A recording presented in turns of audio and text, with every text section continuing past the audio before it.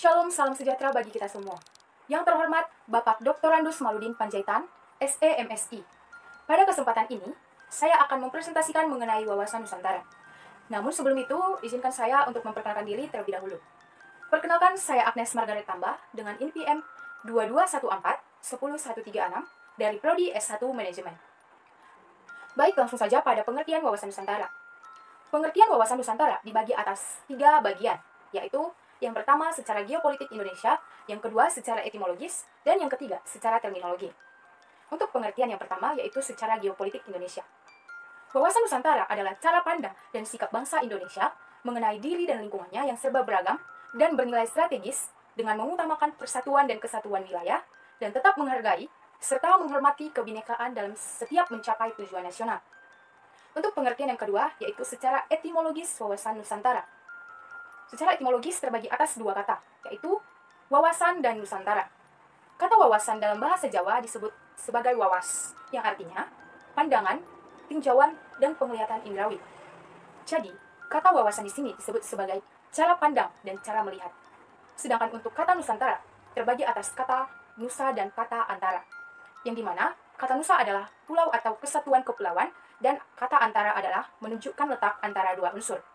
Jadi, Nusantara disebut sebagai kesatuan kepulauan yang terletak antara 2 benua, yaitu benua Asia dan Australia, dan 2 samudera, yaitu Samudra Hindia dan Pasifik. Sedangkan untuk pengertian secara terminologi, wawasan Nusantara adalah cara pandang bangsa Indonesia mengenai diri dan tanah air sebagai negara kepulauan dengan semua aspek kehidupan yang beragam.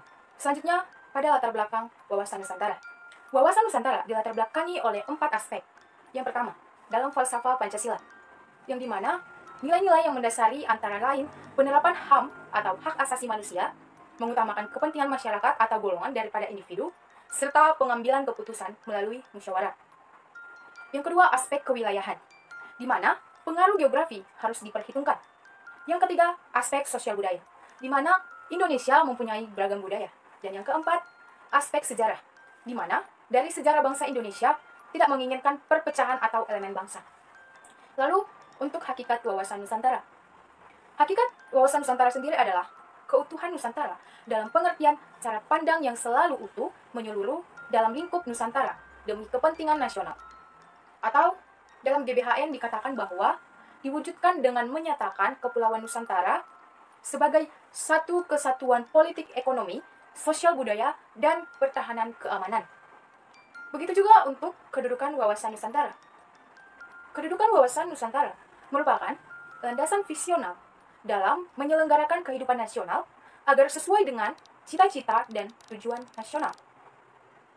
Lalu pada tujuan wawasan Nusantara terdapat atas 2 tujuan. Yang pertama tujuan nasional, seperti terdapat dalam pembukaan Undang-Undang Dasar 1945, yaitu melindungi segenap bangsa Indonesia dan seluruh tumpah darah Indonesia, dan untuk mewujudkan kesejahteraan umum, mencerdaskan kehidupan bangsa, dan ikut melaksanakan ketertiban dunia yang berdasarkan kemerdekaan, perdamaian abadi, dan keadilan sosial.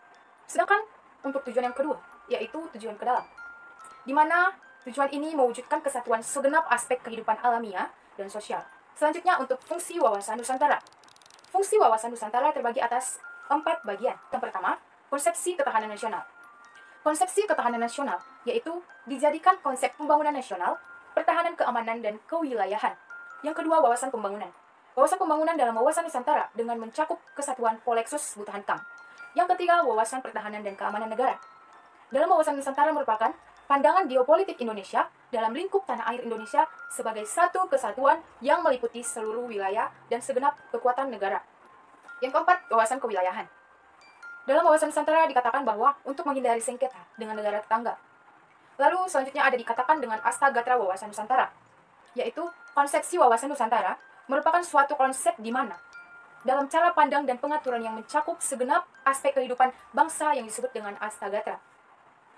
Astagatra disebut dengan 8 gatra atau 8 aspek yang meliputi, yaitu yang pertama Trigatra, tri artinya 3, yang berupa posisi dan letak geografis, keadaan dan kekayaan alam, serta jumlah penduduk. Yang Sagatra, yang berupa ideologi politik, ekonomi, sosial budaya, dan hankam.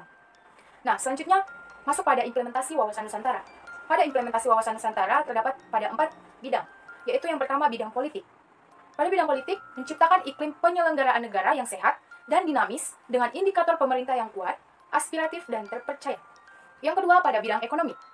Pada bidang ekonomi, menciptakan tatanan ekonomi yang menjamin pemenuhan kesejahteraan rakyat. Yang ketiga, pada bidang sosial budaya. Pada bidang sosial budaya, menciptakan sikap batinnya dan lahiriah yang mengakui dan menerima segala bentuk perbedaan sebagai karunia Sang Pencipta. Dan yang keempat, pada bidang pertahanan dan keamanan.